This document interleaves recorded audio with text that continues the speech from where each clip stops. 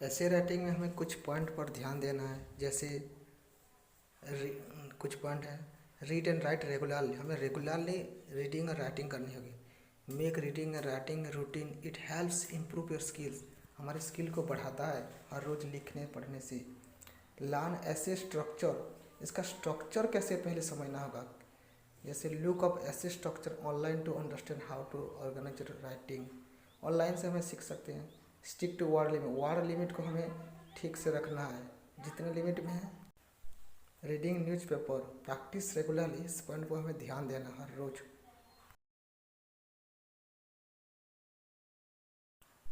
Aspirant advise not to use difficult level vocabulary while delivering content, हमें easy vocabulary use करना है content में।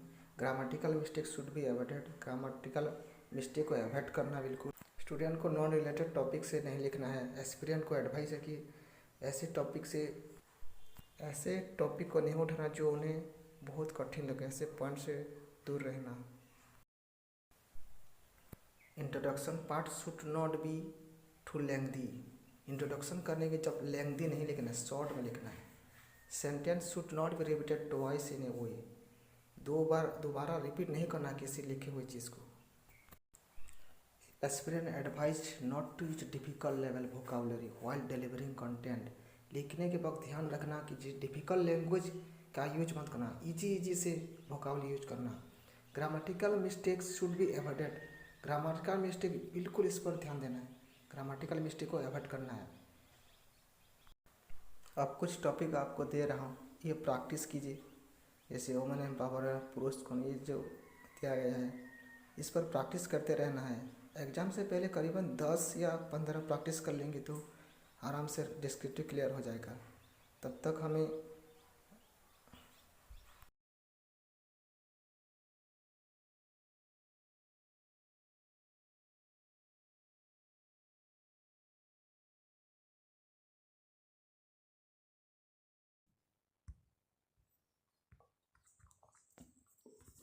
women empowerment refers to making women powerful, to make them capable of deciding for themselves.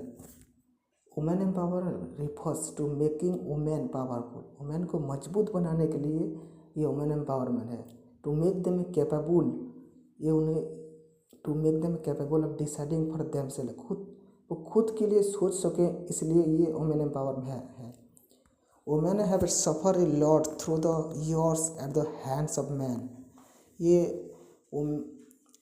Women have suffer a lot through the years, बहुत सालों से उन्होंने लोगों के हाथ में, मैन के हाथ में बहुत कुछ सहा है। अपनी in earlier centuries they were treated as almost non existence, पहले वो ऐसे ट्रीट किया जाता था जैसे वो घर में नया घर के सदस्य ही नहीं है, नॉन एग्जिस्टेंट है। As if all the rights belong to man, जैसे हर राइट्स मैन के ही फेवर में है, उनसे ही बिलोंग करता है। Even something as basic as voting, जैसे वोटिंग जैसे राइट भी जैसे मैन के हाथ में पहले था। एज द टाइम्स इवॉल्व, जैसे टाइम चेंज हुआ, women realize their power, women ने खुद की पावर को पहचाना। उसके बाद they are on begin the revolution for women empower, उसके बाद एक क्रांति शुरू हुई वुमेन एम्पावर की।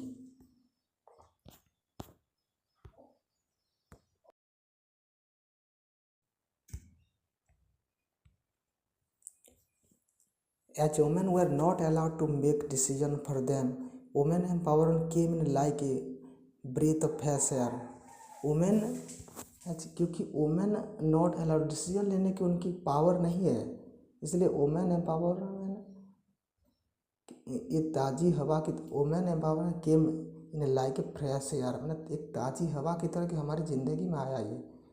It made them aware of their rights, ये उनके राइट्स को अवेयर करता है, जगाता है उनको। And how they must make their own place in society में कैसे वो अपनी जगह बना सके, इसीलिए उनके rather than depending on man, एक मैन में डिपेंड ना हो कि खुद की जगह कैसे बनाइए, उनके वुमेन एम्पावरमेंट उन्हें सिखाता है। It recognise the fact that things can not simply work in someone's favour because of their gender, केवल जेंडर के बेस पर ये किसी के फेवर में नहीं हो सकता है। However we still have a long way to go. हमें अभी भी लंबी रास्ता तय करना होगा। When we talk about the reasons why we need it, हमें ये क्यों ज़रूरत है, इसलिए हमें ये लंबी राह अभी भी तय करना होगा। नीड फॉर वोमेन, वोमेन की ज़रूरत। Almost every country no matter how progressive has a history of ill treating women. ऐसे वोमेन के खिलाफ इल ट्रीट किया गया उन्हें, ये सभी कंट्री की हिस्ट्री रही है। इन अदर वर्ड्स, दूसरे शब्दों में, women from all over the world have been rebellious to reach the status they have today. अभी जो उनकी स्थिति है वो उन्हें ऐसे धीरे धीरे करके पहुँचे हैं जो स्टेटस में है। While the western country are still making progress, western country अभी भी प्रोग्रेस है, अभी आगे बढ़ रही है उनकी। Third world country like India, India जैसे country still lag behind in women empowerment. Women empowerment हमारी कंट्री इंडिया फिर भी पीछे है, जबकि वेस्टर्न कंट्रीज इसकी बहुत आगे। In India women empowerment is needed more than ever, पहले से ज़्यादा ज़रूरत है वोमेन एम्पावरमेंट की इंडिया में। India is among the countries which are not safe for women, women की सेफ्टी नहीं, ऐसे कंट्री में से इंडिया सबसे पहले है। There are various reason for this. Firstly women India are in danger of honour killing, India में women के खिलाफ किया जा रहा है, उनके ओनर के खिलाफ उनकी सम्मान छीना जा रहा है। Moreover the education and freedom scenario is very regressive here. Education और फ्रीडम वोमेन के बहुत रिग्रेसिव है, उनके खिलाफ हो रहा है। Women are not allowed to pursue higher education, higher education उन्हें पढ़ने नहीं दिया गया, आगे नहीं बढ़ा जा रहा है उनकी। They are married off early, पहले से उनकी शादी किया जा रहा है। तो man are still dominating women, फिर भी अभी तक मैन डोमिनेट कर रहा है वोमेन को, मतलब उन पर अपनी प्रभुत्व जमा रहा है, मालिक बन रहा है। इन सम रीजियंस, कुछ जगह में, लाइक जैसे it's the women's duty to work for him endlessly, उनके लिए एंडलेसली काम करेंगे, लाइफ टाइम उनके लिए बस ड्यूटी करते रहे, बस यही उनके काम है। They do not let them go out, उन्हें बाहर जाने नहीं देते। और have freedom of any kind, उनके पास कोई फ्रीडम नहीं है। In addition domestic violence is a major problem in India. Domestic violence, इस प्रकार की वायलेंस बहुत बड़ी प्रॉब्लम है इंडिया में। The man beat up their wife को मारता है, and abuse them as they think women are their property, वो वोमेन को अपनी प्रॉपर्टी समझता है और उनसे बहुत गाली गलौज करता है। More so because women are afraid to speak up, women ये व्यक्त करने के लिए बहुत डरती है।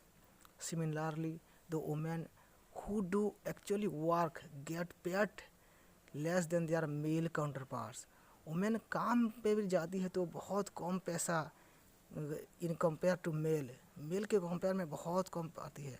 It is down right unfair, बहुत अनफेयर है, इनके साथ बहुत जुल्म हो रहा है। एंड सक्सीड टू पे someone less for the same work because of their gender, ये जेंडर के बेस पर सिर्फ उन्हें कम पैसा देना, ये कहाँ का न्याय है। Thus we see how women empowerment is the need of the hour, अभी के समय में क्यों, कैसे ज़रूरत है, क्यों ज़रूरत है इसकी, अभी हमें बहुत ज़रूरत है इसके वुमेन एम्पावरमेंट की। We need to empower these.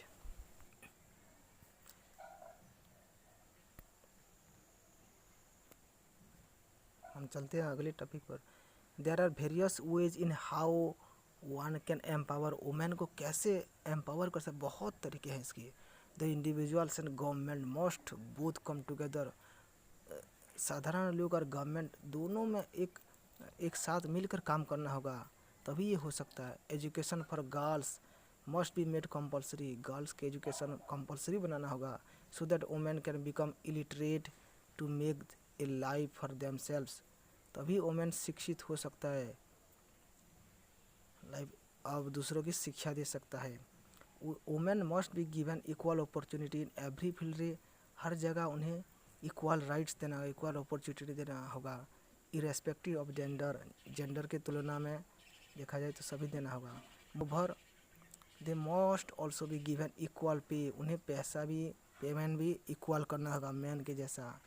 We can empower women by abolishing child marriage को हम इसे बदलना होगा, तभी हम ये हो सकता है। Various programmes must be held where they can be taught skills to fend for themselves in case they face financial crisis। Financial crisis जो उन्हें फेस करते हैं उनके लिए बहुत सारे प्रोग्राम ऐसे होना सिखाना होगा उन्हें, तभी ये हो सकता है। Most importantly the same of divorce की जो सेम है, जो सेम है, लज्जा होती है। And abuse must be thrown out of the window, हमें इसे बाहर फेंकना होगा। वो डाइवोर्स की जो प्रॉब्लम है और एब्यूज, उनके जो गाली गलौज, इस सब समस्या उन्हें अलग करना है उनसे। Many women stay in abusive relationship, जो हर समय झगड़े करते हैं, ऐसे रिलेशनशिप में वो रह जाती हैं because of the fear of society की डर से वो वहीं से अलग नहीं होते, वहीं रह जाती हैं हमेशा। Parents must teach their daughters, parents को हमेशा अपने डॉटर को, हमें अपनी बेटी को सिखाना होगा। It is okay to come home divorce rather than in a coffin, वहाँ रहने के बजाय वो डाइवोर्स लेके घर आना ही यह अच्छा होगा, ये समझाना होगा उन्हें।